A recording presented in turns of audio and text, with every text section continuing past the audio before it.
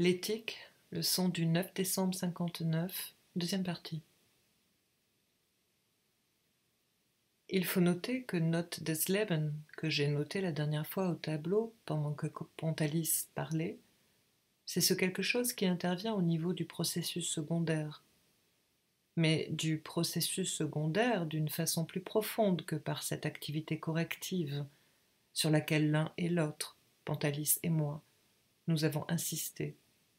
mais pour déterminer le niveau QN, la quantité d'énergie supportée, si l'on peut dire, conservée,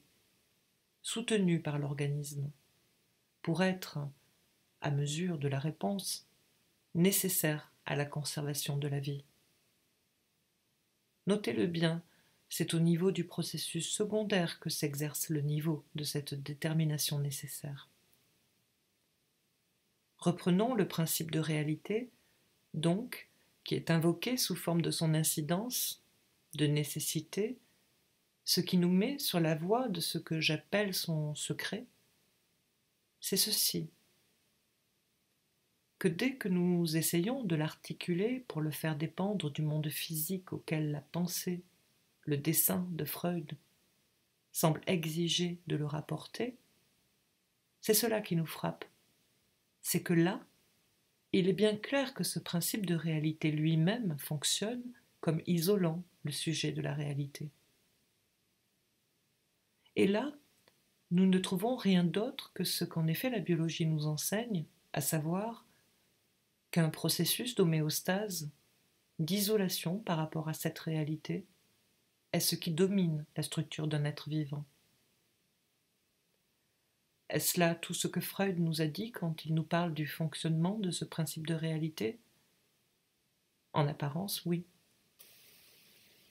Et ce qu'il nous montre, c'est que ni l'élément quantitatif, ni l'élément qualitatif, quant à la réalité, ne passe dans ce qu'on peut appeler le règne. D'ailleurs, c'est le terme qu'il emploie, Reich, du processus secondaire.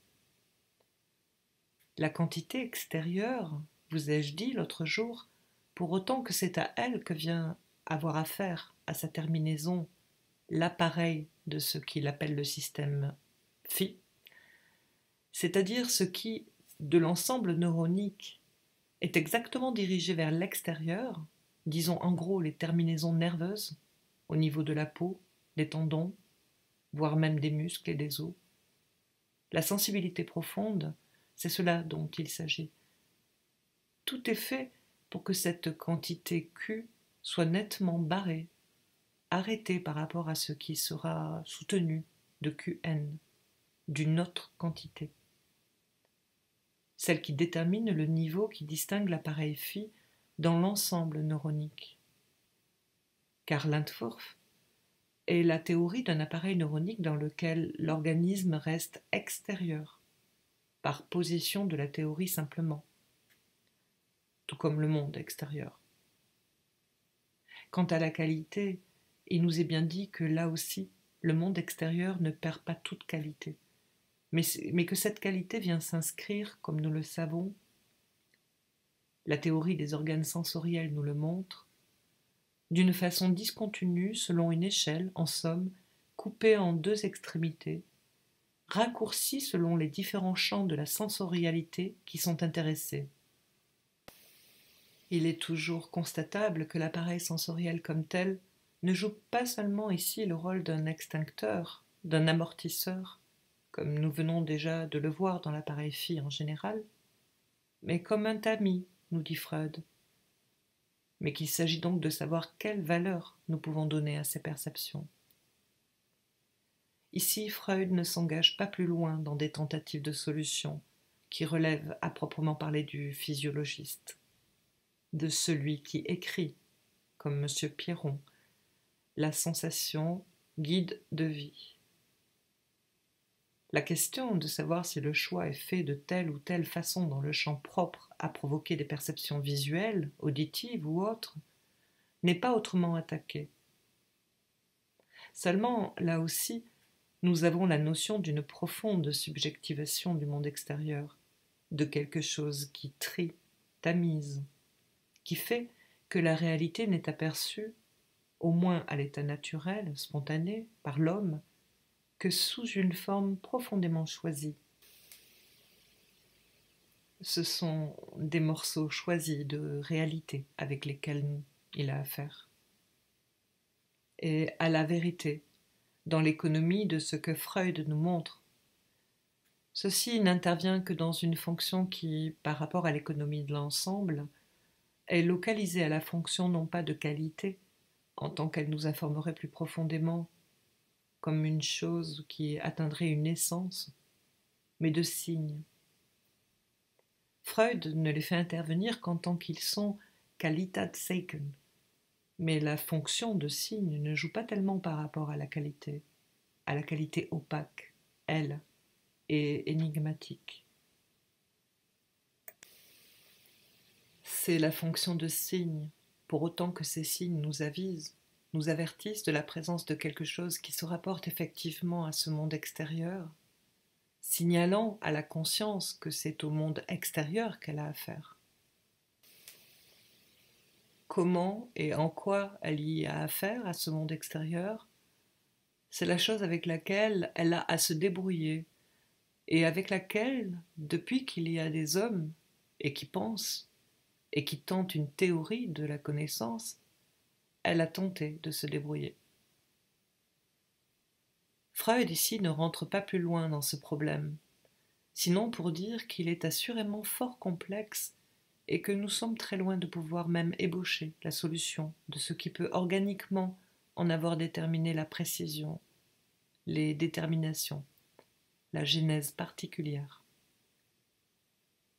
Mais dès lors, est-ce bien là ce dont il s'agit quand Freud nous parle de principe de réalité? Est-ce quelque chose grâce à quoi, selon une formule qui est trop souvent possible à sentir dans la façon dont s'expriment les théoriciens d'un certain behaviorisme, est-ce que cette réalité n'est après tout que ce quelque chose qui représente les heurts d'un organisme vis-à-vis d'un monde où, sans doute, il a de quoi se nourrir, il a de quoi s'assimiler certains éléments, mais qui est en principe fait d'un monde qui se présente comme un monde de hasard, comme un monde chaotique, comme un monde de rencontres. Est-ce bien là tout ce que Freud articule quand il nous parle du principe de réalité? C'est la question qu'aujourd'hui j'avance devant vous avec cette notion de Das Ding. Avant d'y entrer, je reviens à vous faire remarquer ce que le petit tableau à double colonne que je vous ai introduit il y a 2 semaines comporte. C'est à savoir ceci qui, opposant dans une colonne le Lutz-Prinzip et le Realitätsprinzip, dans l'autre colonne, partant de ce repérage que c'est du côté du principe du plaisir que ce qui est inconscient fonctionne comme tel, et le Lutz-Prinzip qui régit, qui domine ici quelque chose, qui, conscient ou préconscient, est en tout cas quelque chose qui se présente dans l'ordre du discours réfléchi, du discours articulable, accessible, sortant du préconscient. Cette remarque que je vous ai faite que les processus de pensée en tant que le principe de réalité les dominent, Freud souligne bien à quel point en eux-mêmes ils sont inaccessibles, ils sont inconscients. Ils ne parviennent à la conscience que pour autant qu'on peut les verbaliser, c'est-à-dire que quelque chose les ramène, par la voie d'une explicitation réfléchie, à portée du principe de réalité, à portée d'une conscience en tant qu'elle est perpétuellement éveillée, intéressée par l'investissement de l'attention à surprendre quelque chose qui peut se produire pour lui permettre de s'orienter par rapport au monde réel. Je dirais que c'est dans ses propres paroles que le sujet, d'une façon combien précaire, arrive à saisir les ruses grâce auxquelles, dans sa pensée, viennent s'agencer, se suivre ces idées qui, pour lui, émergent d'une façon souvent combien énigmatique, et entre lesquelles, d'ailleurs, cette nécessité de les parler, de les articuler, introduit cet ordre souvent combien artificiel, sur lequel Freud aimait à mettre l'accent, en disant qu'on se trouve toujours des raisons pour voir en soi surgir telle disposition, telle humeur, l'une à la suite de l'autre, mais que rien, après tout,